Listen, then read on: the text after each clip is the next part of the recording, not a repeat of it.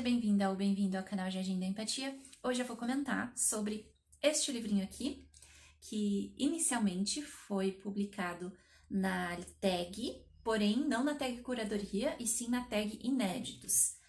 Mas posteriormente ele também foi lançado pela editora, acho que é a Tordesilhas. Se não for, eu corrijo aqui no texto. Eu queria comentar, agora que eu terminei essa leitura, ele é escrito pela Caroline Bernard, que na verdade esse não é o nome da autora, e sim é Tanja Schürrle, uma autora alemã. Aqui no caderninho que veio na publicação da tag tem uma entrevista com ela. E ela já era uma autora, enfim, que tinha algumas publicações, mas este livro ela publicou com esse outro alter ego, Caroline Bernard. E, primeiramente, eu não assino a tag Inéditos, mas numa promoção que a tag fez na sua lojinha, eu me interessei em comprar essa edição aqui. Então, eu estava bem curiosa sobre essa publicação, principalmente porque a história da Frida Kahlo, ela é bem interessante, assim, de ser mais conhecida, mais analisada. Ela se tornou um fenômeno, um ícone pop, né, nos últimos anos, e de uma forma até meio assustadora, né, do quanto a imagem da Frida foi, enfim, tomada pela cultura pop, tá aí no senso comum, mas me surpreende também que muitas pessoas não sabem bem a história da Frida. Eu sabia também não muitas coisas, mas a partir do filme que foi lançado no ano de... não me lembro, né? Mas é um filme que já tem ali uns anos. E que, inclusive, eu lembro de ter assistido na faculdade de psicologia pela primeira vez. Justamente porque a vida da Frida é muito interessante. E, se eu não me engano, foi com a professora Sibila que a gente estava estudando sobre avaliação psicológica e a questão da expressão através dos desenhos e da arte. Então ela mostrou esse filme pra gente, foi bem bacana conhecer a história da Frida um pouco por ali. Mas claro que o filme, ele tem as suas modificações a respeito da história, ele não se aprofunda em algumas coisas. Acredito que também, enfim, biografias no cinema sempre são um pouco complexas, né? E, de qualquer forma, bom, primeiro eu fiquei apaixonada por essa aqui, a luva, né, dessa edição muito bonita, apesar de que essas edições da Inéditos, elas não são em capa dura, mas eu, na verdade, não sou muito... Não tenho uma preferência, assim, pela capa dura, ou capa mole, ou sei lá, ou e-book, eu leio de todo jeito, mas eu gostei muito dessa edição aqui. E aí eu queria comentar, né, com vocês a respeito do que eu achei. Primeiramente, o estilo da escritora é bem diferente do que eu tô acostumada no tag curadoria, por exemplo. É um estilo um pouco mais simples, mais direto, mais popular, assim, né? Então, é uma leitura mais tranquila, me parece, para um grande número de pessoas. O que eu entendo que tenha dois lados, né? É bom porque ajuda a popularizar mais algumas histórias, alguns livros. Porém, eu fiquei com aquela impressão de que estava faltando alguma coisa, assim, no estilo, na forma dela desenvolver os sentimentos ali dos personagens, né? E, bom, primeiro, eu acho que é importante explicar, né? Isso aqui não é uma biografia...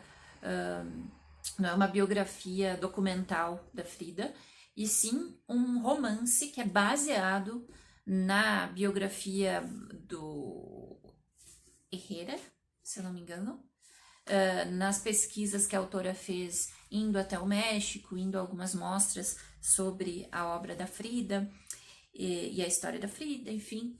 E então é muito baseado em fatos reais, mas não se propõe a ser uma biografia documental e extremamente fiel a tudo, né? Então, tem lacunas da história da Frida que são preenchidas conforme a narrativa da autora.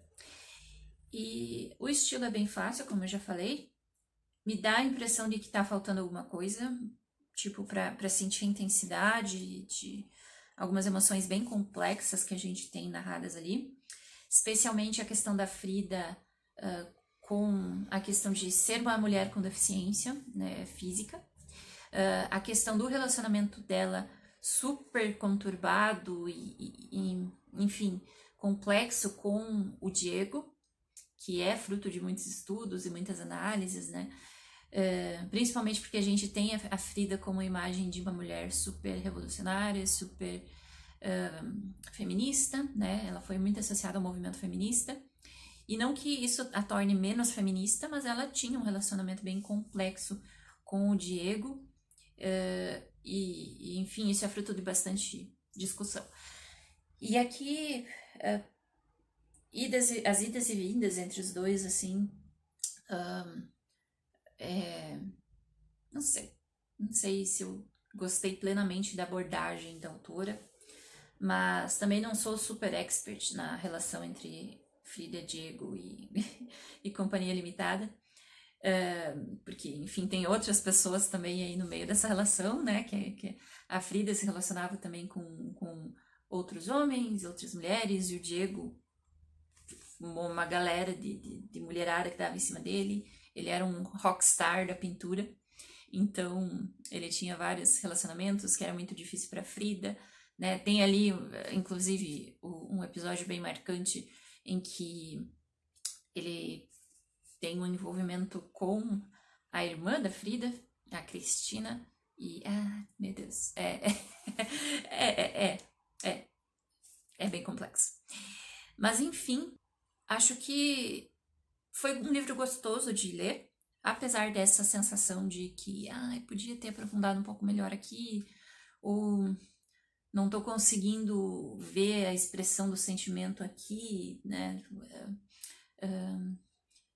Me parece assim que a gente dá faz um nado meio numa piscina um pouco rasa da história, mas não necessariamente que isso seja ruim, né? Dá pra se refrescar, dá pra se divertir num dia quente com isso, mas eu acho que é interessante não ter esse livro como única fonte de informações sobre uma mulher que teve uma vida muito marcada por sofrimento, por dores, pela questão de se construir enquanto artista e não ficando na sombra do Diego, né? Porque o Diego já tinha o seu nome, ele já era super famoso, e no início a gente vê assim o quanto ela fica marginalizada nessa relação, até ir conquistando o seu próprio espaço, né? O que para uma mulher não era fácil,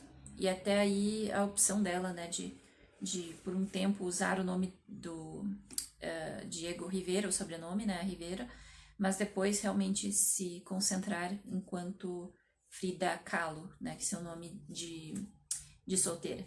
E, enfim, né, se você já conhece a história da Frida, não tem muitas surpresas, né? Enfim, é baseada numa vida real, né? Tá aí na história da arte, na história do feminismo, na história do México. Mas é uma leitura bem interessante, né? Só eu acho uma pena, assim, que ela não dá uns passos mais ousados, talvez, em alguns momentos. Mas também não sei se era a intenção da autora, né? Acho que talvez a intenção fosse trazer uma linguagem mais acessível, mais popular, para que mais e mais pessoas realmente conhecessem a Frida, para além do ícone pop, né? Essa mulher com um semblante marcante que a gente vê em produtos, em almofadas, em bolsas. E, inclusive, eu botei aqui hoje um batom que é da Candice Berenice, que se chama Batom Frida Kahlo, né? Que é inspirado, tem uma paleta de cores inspirada na Frida. E uma coisa interessante na obra, talvez seja a descrição que a autora vai construindo dos quadros, né? Afinal, o título é Frida Kahlo e as cores da vida. E eu acho legal essa pegada que ela vai explicando um pouco mais de onde vem cada inspiração, cada quadro, né? Apesar da gente não ter os quadros, que eu acho que facilitaria se a gente tivesse acesso aos quadros, né, no livro, mas como o Google tá aí para isso, né? Então eu via a descrição de um quadro e eu ia correr para o Google para procurar qual referência ela estava fazendo, né? E por que aquelas cores, por que aquele sentimento, né? O que ela estava tentando passar, o que ela estava sofrendo. Então, eu acho que é um livro super indicado, assim, para uma leitura, apesar da vida da Frida ser muito trágica, né? Não é uma leitura muito pesada, assim, ai, você fique mal, assim, né? Como poderia ser, talvez, mas enfim. Eu acho que faz um esforço empático de, em algum nível, se conectar, né? E buscar mais. E nisso, eu acho que a autora ela foi bem feliz. Eu acho até que a pegada da autora foi de tentar valorizar um pouco mais um lado colorido da Frida, para além das suas tragédias pessoais, e mostrar o como ela amava a vida, como ela era uma apaixonada pela vida, que infelizmente veio a falecer muito cedo.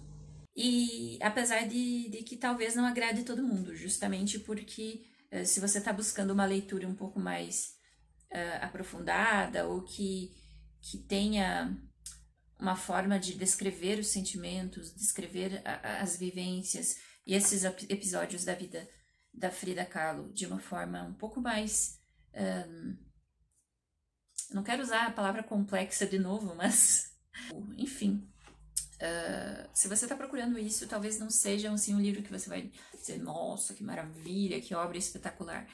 Mas eu acho que é um livro que eu indicaria, por exemplo, para jovens, né, que querem, jovens mulheres em especial, que se interessam pela Frida, que se interessam por essa mitologia criada em cima dela. Eu acho que é uma boa pedida, assim, como uma literatura mais infanto-juvenil. Não sei se infanto-juvenil, né?